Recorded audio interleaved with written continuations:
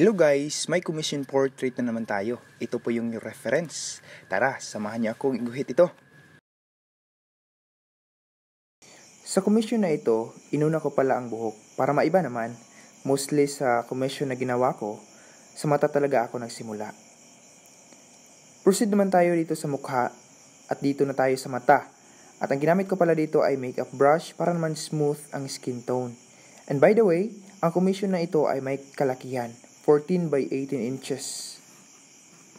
So, natapos ko na pala ang babae. Hindi ko na nabidyohan kasi na-focus na ako sa ka-drawing. Buhok pa rin ang inuna ko dito sa lalaki and sunod naman ang mukha. At ang ginamit ko pala dito ay mechanical pencil at charcoal. At pagkatapos ng mukha, sunod naman ay ang damit. Charcoal at brush lang ang ginamit ko dito. As a student, gabi at madaling araw lang ang vacant ko. At minsan naman kapag walang pasok, nagdo-drawing naman ako. Pero mas gusto ko pag gabi ako mag-drawing, iwan ko kung bakit. Siguro dahil sa tahimik na ang paligid.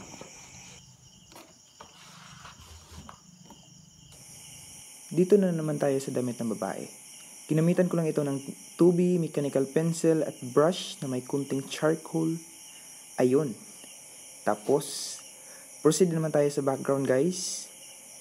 At sinunod ko lang yung nasa reference.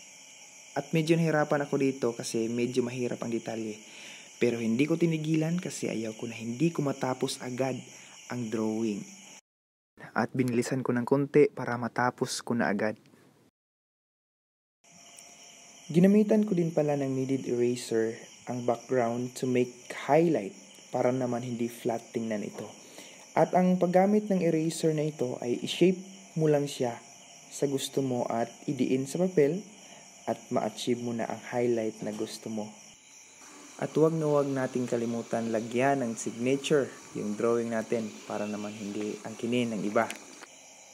For final touch, spray muna natin ng fixative para naman preserve yung drawing natin.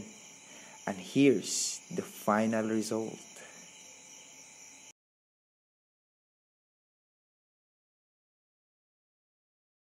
Yusa, oy.